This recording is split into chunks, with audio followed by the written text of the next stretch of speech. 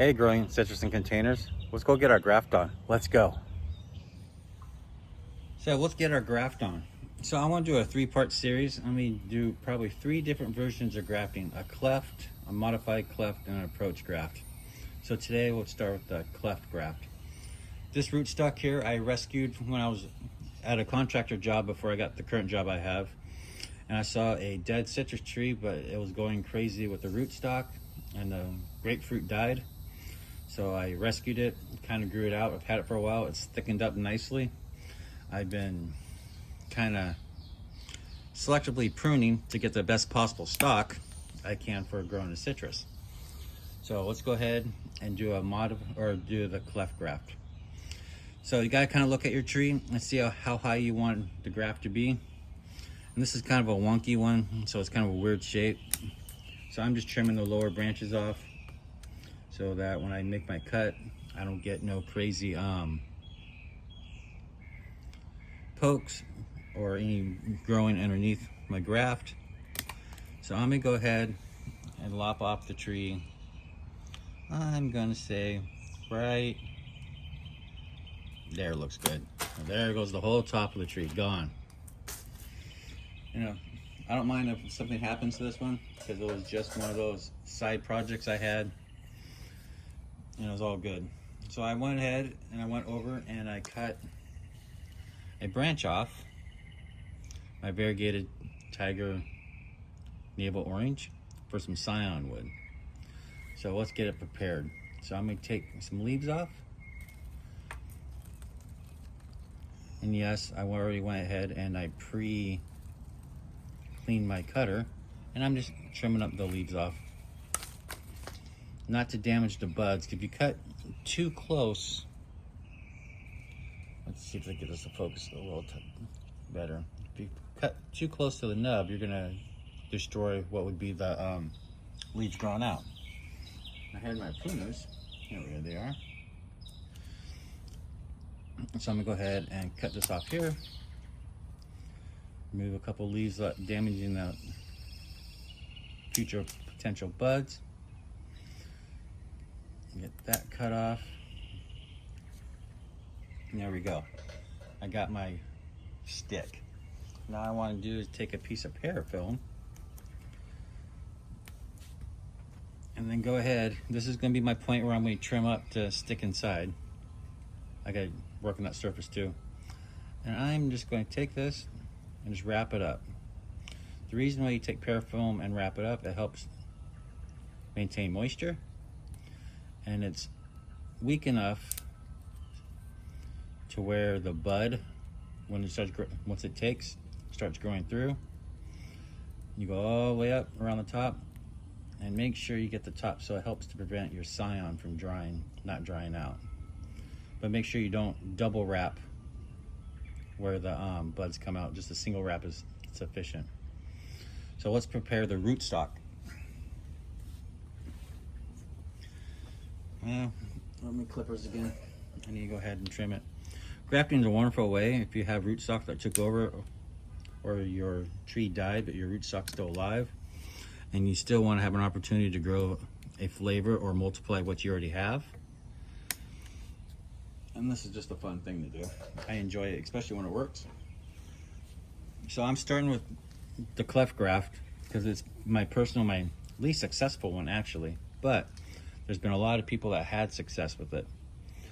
So if you look down at your scion wood or your rootstock, it's never perfectly oval. So you want to cut the long ways of it so you get the maximum content. So you try to get in the middle and just rock your knife back and forth, go down the center. It's about a good ½ inch or so. Don't force too hard because it's going to slip and cut it off. You want to go down right down the center the best you can. That's good enough. It's probably a little too far, but that's all right. Then with your scion wood, it's the same thing. They never grow in a perfect circle. It's kind of oblong. So you want to cut it to where the oblong is going this way, not this way, because you want it to fit nice and snug inside of it. And now, with that being said, you want to trim it to where you're exposing all the cambium layer, which is the green tissue that was going to bind with the other side. And you get both sides, you want to make like a wedge and smooth as possible. You want no waves in it. And you do it to both sides. There we go. I see a little, there we go. Got nice and smooth. And you take a look at it. I got one side a little fatter than the other. There we go. That was a good cut. Get the other side down a little bit more. There we go. Now, get your knife where you made your cut. Find where it was, rock it back in. I always cut it a little deeper than I needed to. And you go ahead and you insert, you start it. Just pry it open a little bit. You don't want to crack it, you just want to get it started. Get it in there, and then work your knife out without losing your scion. Because this is a little thicker, so the tension is going to be a little tighter. And it's going to be hard to work it in there. Now the trick is you want the two cambium layers of the rootstock and the scion to match up. So you're never going to go down straight in the middle as I have it placed here. You want to work it to the side, and that's okay. But the goal is to get the cambium layers to get together.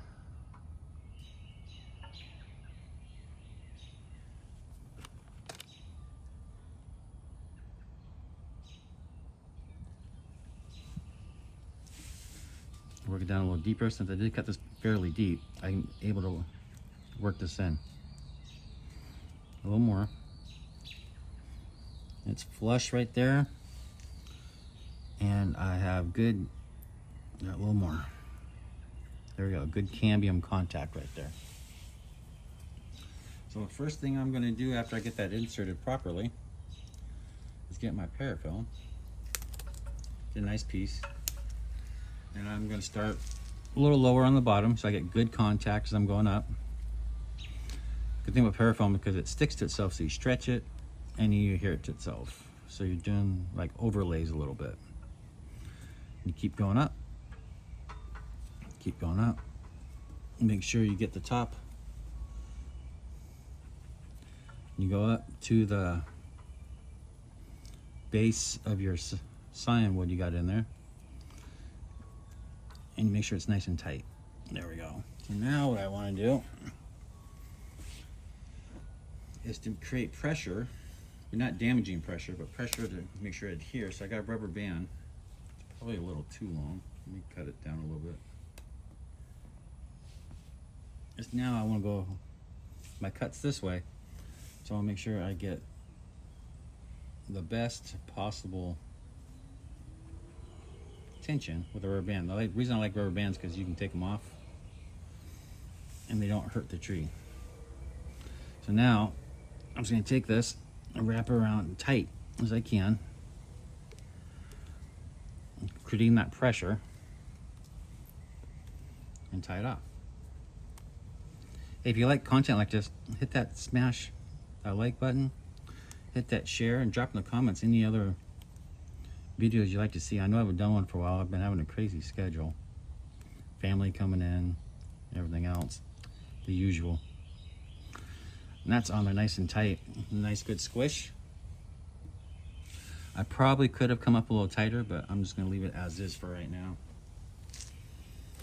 And I'm going to get another piece of parafilm, just because I want to go over the rubber band to keep it nice and tight on there. It helps it stay in place. And there we go. So doing a cleft graft, in 4 to 6 weeks, you should see the bud swell if it's a successful, and life will be good. So probably the end of June, because it's towards the end of May, it'll be about 4 weeks. I'll do a follow-up on this one, and hopefully in the next couple weeks, or next week or two at most, I'm going to do the modified that was shown to me by a nursery.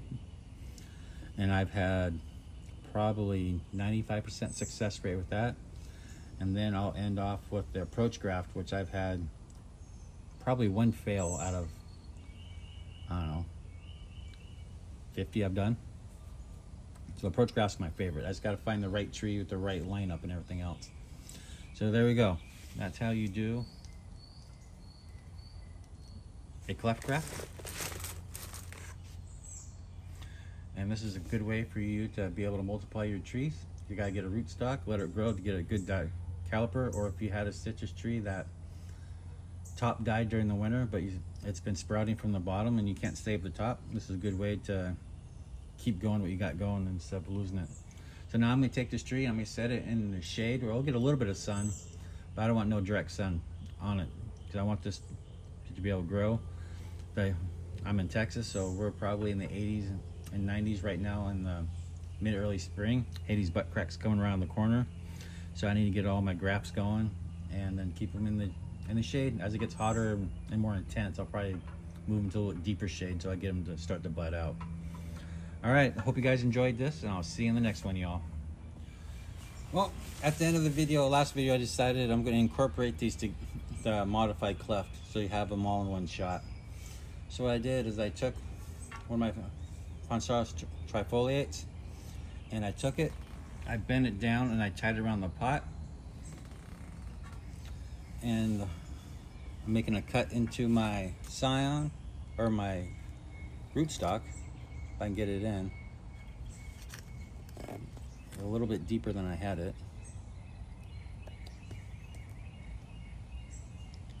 So, it's not. So you want to make sure you get into your rootstock. Careful your fingers, if it slips, you're going to kill yourself. Make sure you go in no more than 50% of your rootstock. You just rock it down. Happens nicely. When you do this graft, when you bend it, you want to make sure where you're entering your scion is right where it bends, because this is going to interrupt the flow of all the juices, the auxins and phloem, and then hopefully it'll shoot right into your scion wood. So I went and got one of my mandarins, took a trim on it. I already kind of sort of prepared it. Now I just need to get my, oh, where did I put it? Here it is. My parafilm. Once again, we're going to wrap it up to help prevent moisture loss. Get it wrapped up all the way up, all around the buds. I trimmed off the leaves without hitting that internal nodule, so it won't ruin any flower buds. Go all the way up around the top. Make sure you get the whole entire thing. There we go. That's good. Once again, you look at your scion wood and you want to cut along the flat ways. Try to get in one strike. Oh, I got it pretty good in that one. Wow. That was pretty good. Now you take it. This is the one that I had like extraordinarily great success with. And what you're trying to do, well, that one kind of flubbed a little bit. Try that again. You can go ahead and cut right through your parafilm if you make a mistake. It's no big deal. There we go. That was a nice cut. There we go. Get that taken off. A little bit more. Should be wearing my glasses when I do this. Probably help me out a lot. There we go. Now you want to stick it in. Once again, you want to try to line up your cambiums. There we go. Get your paraffin.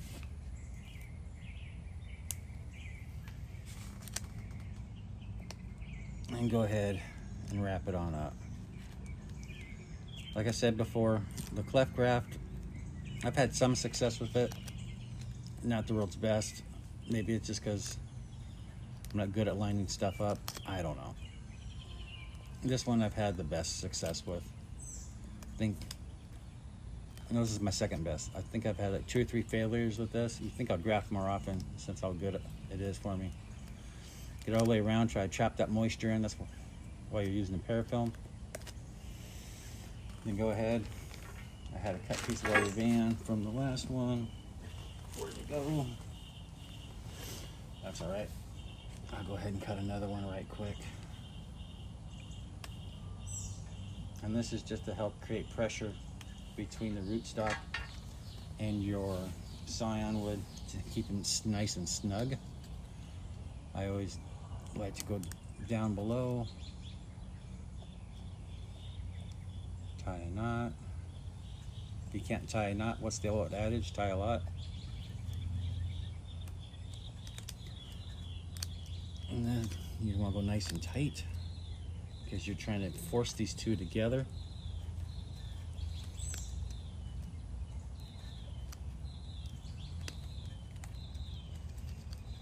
And then I think I left enough on each end so I can create that seal. There it goes. There, that's nice and tight. And then once again, I will take another piece of parafilm, just go over it to help keep the knot from sliding around. That's the only reason why this secondary one's going across. So just like the cleft graft we just did, you should see if it's going to take results 4 to 6 weeks. And we won't be doing those separating for a while. This is a fun way to have a flavor that you like and to grow your collection. And here next week or so, I will do my approach graft, which is my absolute favorite. So I hope this information is great. You guys are enjoying it. Have a blessed day, and we'll see you on the next one.